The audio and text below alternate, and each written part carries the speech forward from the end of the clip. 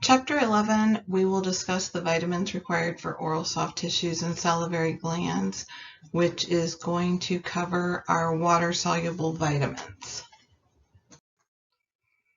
The oral cavity can reflect many systemic diseases before we see those signs in other places in the body. So that's why for us, doing our intraoral exams as well as extraoral exams are very important.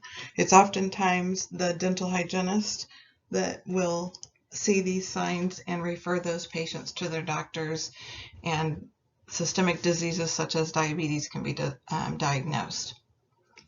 As we know, there's a rapid cellular turnover rate in the oral cavity. Every 10 to 14 days, the soft tissues will turn over. So if a patient has a lesion and it's still there in a couple of weeks, we know that at that point that could be a concern and we would want to refer them on. The oral cavity is under constant abuse by microorganisms as well as trauma. So that's why it's very important for us to stay on top of those exams.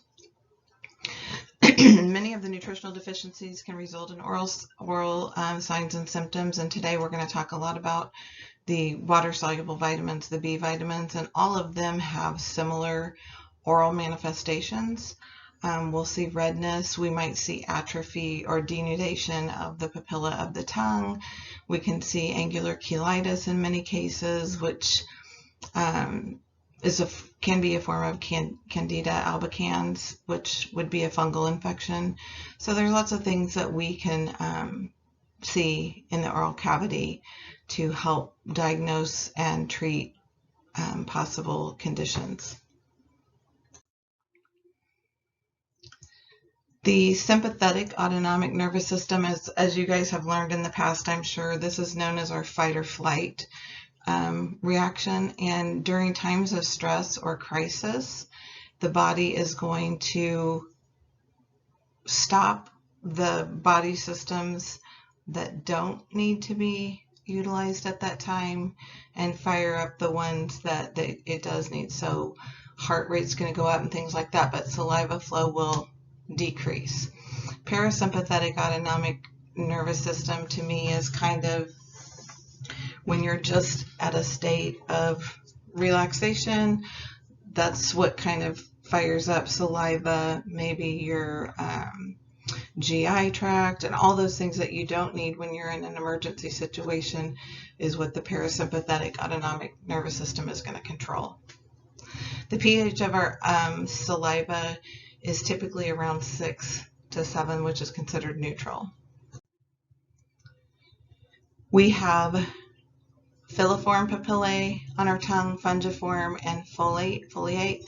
And the filiform are the most numerous, and those are little thread-like structures that you see on the top of your tongue when you're looking at the tongue, or the dorsum, which is actually the back of the tongue. There are no taste buds in filiform papillae. However, the fungiform and foliate do house taste buds.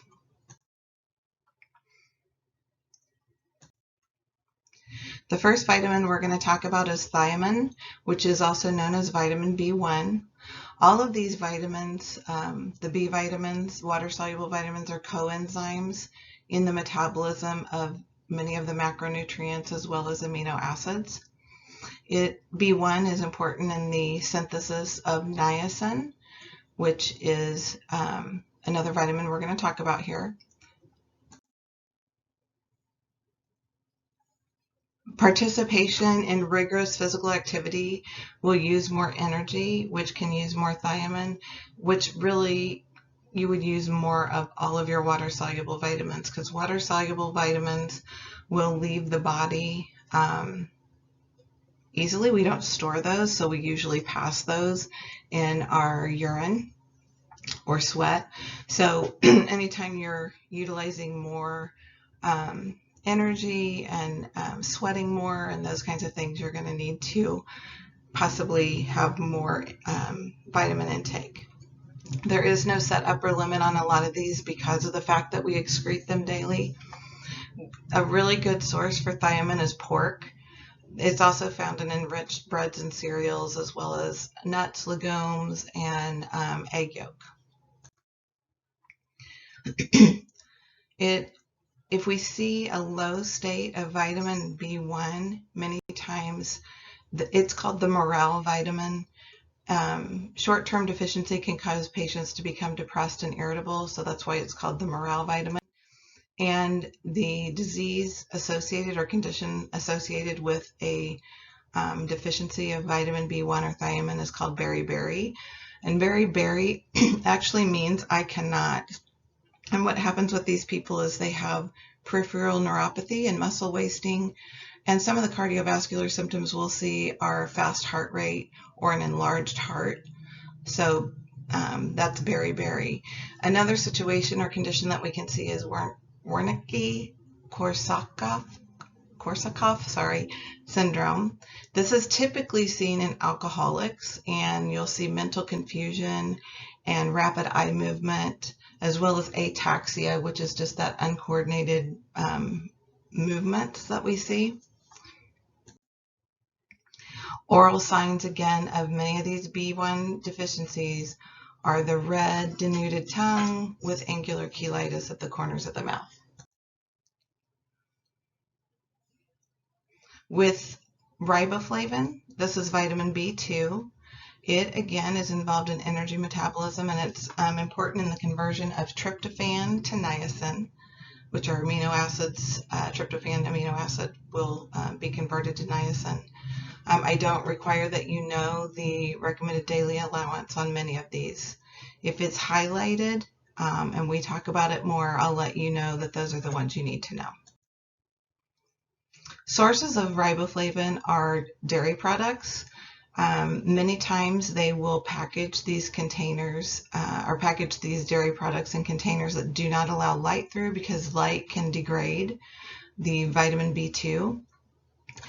You can also get riboflavin in fortified breads and cereals. 30% of dietary intake of B2 comes from this.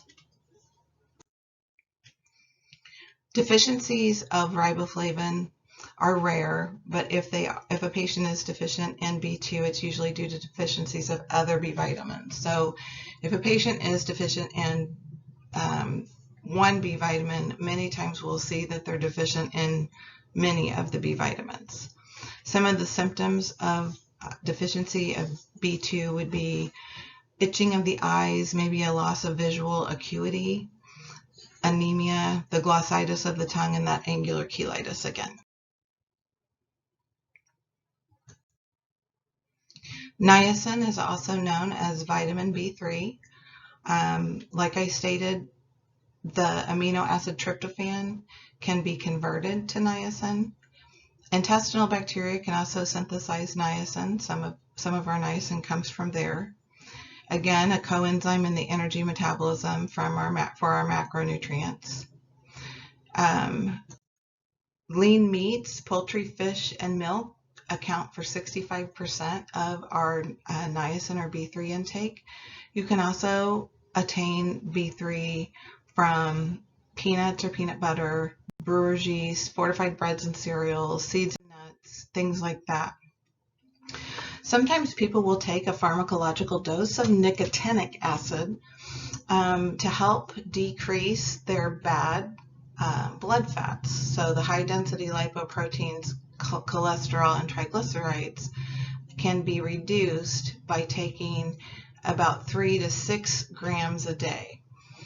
If over 50 milligrams per day are taken, it can act as a vasodilator. So it can dilate the vessels, which can lead to flushing, nausea, tachycardia, fainting, blurred vision, or itching.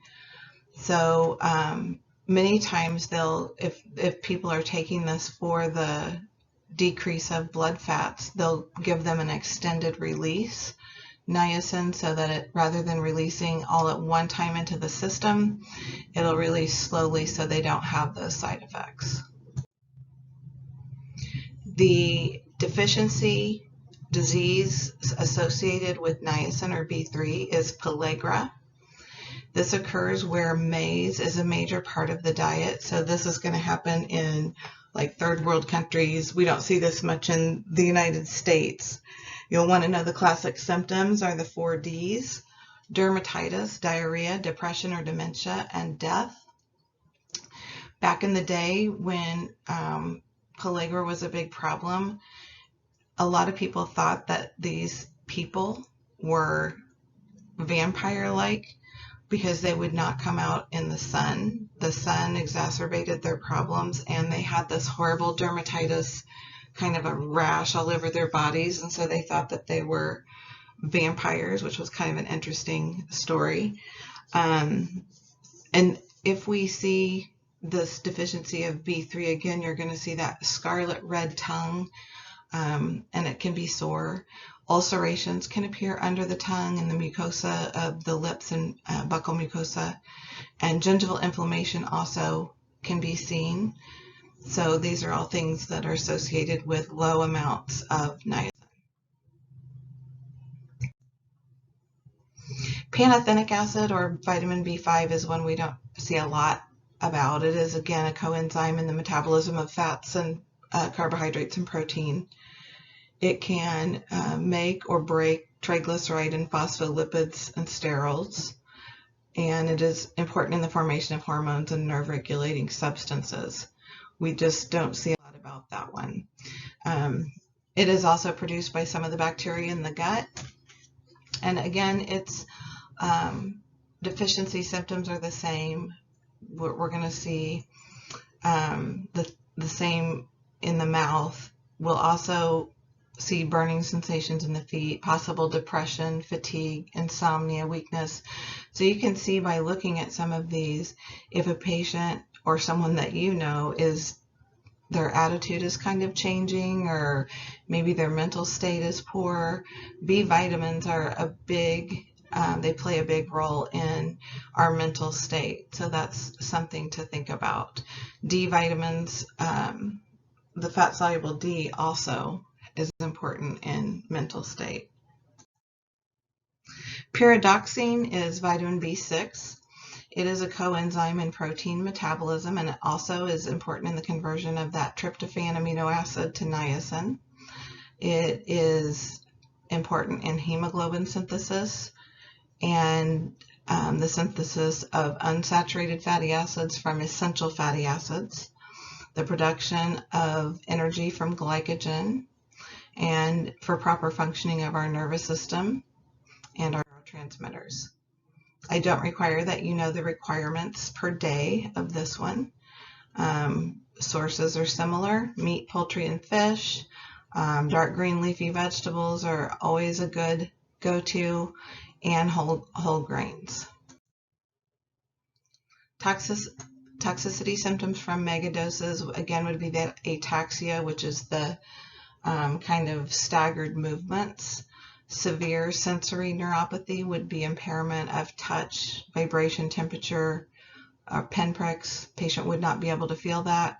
Deficiency is, again, that atrophy of the filiform papillae on the tongue, a bright red or magenta tongue, angular cheilitis or chelosis. So similar, all of them. Folic acid can be found in the form of folate, which is the natural form that we find in our foods, or folic acid itself is the synthetic form. It is known as B9, but you rarely hear B9 mentioned. We always call it folic acid. Its physiological role is, again, a coenzyme. It is important in the production of DNA and RNA. It's involved also in the maturation of our red blood cells. But the most important thing that we hear discussed about folate is the proper formation of neural tubes during fetal development. This one I do want you to know the requirement for.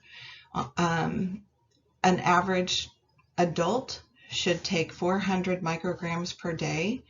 However, if a woman thinks she wants to conceive or is pregnant, they up that 200 micrograms a day, so 600 micrograms a day is recommended 3 months before conception if a person is planning to have a family. And if it wasn't planned, they're going to up that as soon as they know the woman is pregnant to 600 micrograms a day.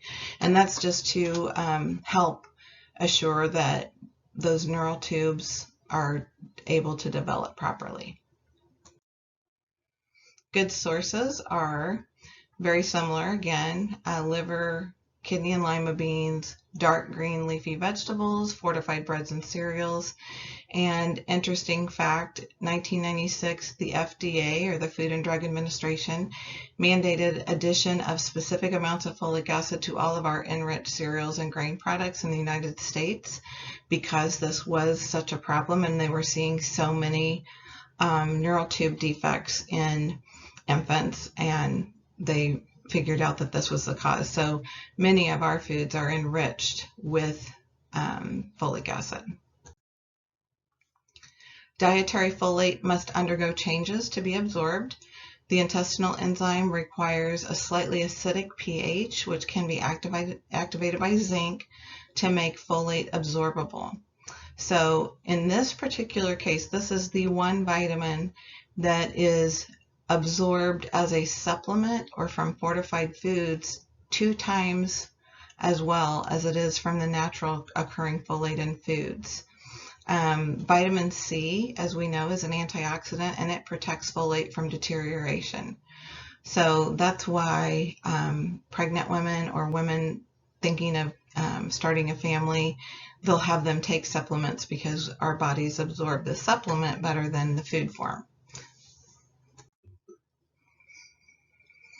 Toxicity of vitamin B9. Excess can mask a vitamin B12 deficiency.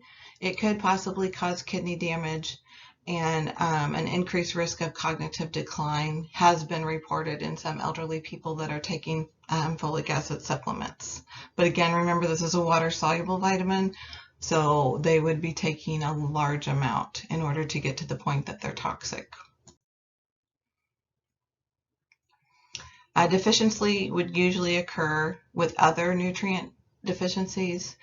And again, we'd see those neural tube defects, possibly megaloblastic anemia, which is that glossitis or the fiery red tongue, denuded papillae. It could impair the immune response. People that might be at risk of a hypo state would be an alcohol abuse patient, pregnant or lactating, kidney dialysis, inadequate dietary intake or meds that affect that, or someone with liver or GI disease. Cobalamin is vitamin B12, and it is important in the metabolism of folate as well as the production of DNA. It is important also in the formation and regeneration of our red blood cells, myelin synthesis for the coverings of our nerves, and cognitive function. It is produced in small amounts by the GI microorganisms, and more than 80% of our dietary B12 is provided by meat and animal products. So this is one that we talk about so often that vegans are going to be most at risk for deficiency of. It can be obtained in their diet if they know the proper complementary foods to put together to make sure that they're getting B12. B12 is released from the protein in our diet by hydrochloric acid in our stomach. And then there's enzymes in the stomach and intestine that also help break that apart and help us to absorb it. That free vitamin B12 will combine with a salivary R binder in the stomach, and then trypsin enzyme will remove the binder, and B12 needs intrinsic factor in the gut to be absorbed. So it will absorb at a specific receptor site in the ileum if it has enough of that intrinsic factor. So basically what I want you to know is that if someone has achlorhydria, which is low hydrochloric acid in their gut, happens with elderly. If they don't have intrinsic factor in the gut, then their body is not going to be able to absorb B12 like it should. So those are all factors, and typically that happens as we age.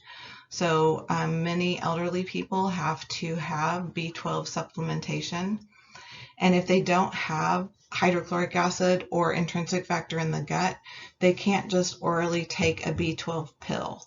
It has to be injected intramuscularly, or sometimes they'll have little troches that go under the tongue that absorb through the mucosa into the body. Because if they take it orally, same thing's going to happen. They don't have what they need in the belly to absorb that.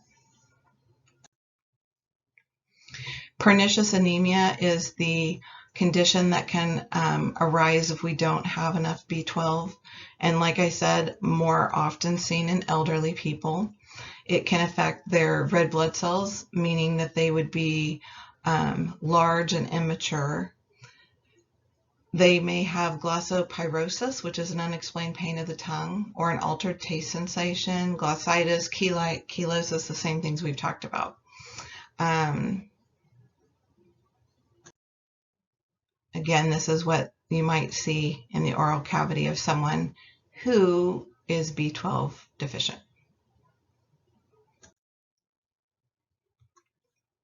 You can also see stomatitis or pale yellowish mucosa. Their gingiva may bleed. You may see more bone loss, GI disturbances, neurologic manifestations due to the demyelinization of nerves. So they might have numbness and tingling, and it could result in stunted growth. Biotin is also known as vitamin B7. Again, a coenzyme, helps in the regulation of gene transcription, so the production of DNA, RNA. It aids in the use of protein, folic acid, pantothenic acid, and B12. So you can see how these B vitamins work together to help all of the B vitamins do their job. And so that's why many times if we see symptoms of deficiency of one B vitamin, if you do a blood panel on them on their vitamins, you're going to see many B vitamins deficient. Sources of biotin are egg yolks, liver, cereals, supplements, and we see it in infant formula and baby foods. Microflora in the GI tract probably provide part of our body's needs. Deficiency can be produced if we were ingesting a lot of avidin, which is the protein found in raw egg whites. Avidin is denatured with heat, so cooked egg white does not produce the problem. But I always think about when I was working out a lot, and bodybuilders and weightlifters and all that kind of thing, they would eat raw eggs all the time. 12 to 24 egg whites can produce anorexia or nausea, vomiting. You'll see glossitis and pallor, which is just pale, depression, dry scaly dermatitis. The oral signs of biotin are again pale tongue with this one and patchy atrophy of the papilla. Other vitamins that we've talked about that have a role in the oral cavity: vitamin C, which is also a water-soluble vitamin. It improves our defense, and it has a major role in our collagen formation and wound healing. Vitamin A, we talked about, one of our fat-soluble vitamins, is important in maintaining the integrity of our epithelial tissues, as well as the development and maintenance of our salivary glands. And many oral or oropharyngeal cancers have been associated with vitamin A deficiencies in humans. Vitamin E, another fat-soluble, is an antioxidant that neutralizes free radicals and promotes integrity of cell membranes of the mucosa. It can help prevent inflammation of periodontium as well. At the back of this chapter, they talk about vitamin and mineral supplements. You're going to have a lot of people today doing supplements of many kinds, and when we do a health history, it's important to have the patient note supplementation that they're taking. Many of those can have an effect on the oral cavity as well. So half of the U.S. population consumes vitamin and mineral supplements. 65% of adults ages 62 to 85 used dietary supplements way back when this test was, or when the study was done in 03, 06. Less than 25% of the dietary supplements were recommended by a physician. So most of these people are just taking supplements on their own that maybe they've researched and feel are important for them. The top 5 are fish oil, which is good for blood fats and heart, multivitamins, vitamin D, calcium, and CoQ10. Those are the top 5 supplements that you'll hear people mention. The rate of vitamin to mineral deficiency, this involves less than 10% of the general population. So B6, iron is a big one. Vitamin D is huge, especially with women. Vitamin C, B12, and vitamins A, E, and folate were the ones that were the top. Supplements are considered drugs, but they're not subject to the same regulations as our standard drugs are. The manufacturers themselves are responsible for ensuring that the products are safe. Once a product is marketed, the FDA is responsible for showing a product to be unsafe. In 2007, the FDA implemented good manufacturing practices to try to ensure the quality of these supplements. For those of you that are taking vitamins and minerals and supplements, there is a site called consumerlab.com, which is kind of like the watchdog of our supplement industry.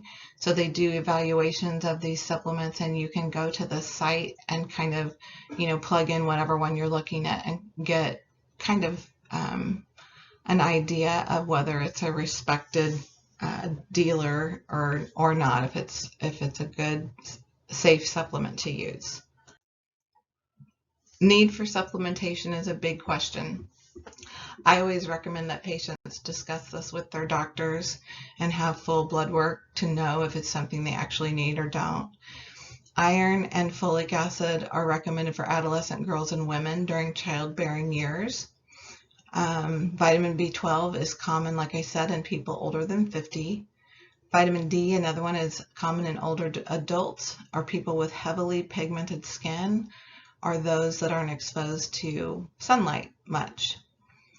Low-calorie food intake patterns is something that might require supplementation. So people that are on diets that are under 1,200 kilocalories a day, people that are on restrictive diets, because as we know, a variety of foods is very important in order for us to get all of our vitamins and minerals. So if they're cutting out a certain like carbohydrates or low protein or whatever their diet may be, that can cause deficiencies. And always make sure supplementation is kept away from children, because that could be toxic to them. So this all boils down to making sure that you take an excellent health history. Ask patients about supplements. I know many patients leave those off of their health history because they don't think they're important. I think they're very important, and it's also important to look those up because many of them have an effect on a patient's ability to heal, or maybe it interacts with a drug that they're taking and they're unaware of it. They can cause oral manifestations. So supplements are important. And then to review any of those dental implications that you may find out could be caused by that supplement is also important. So educate, educate, educate.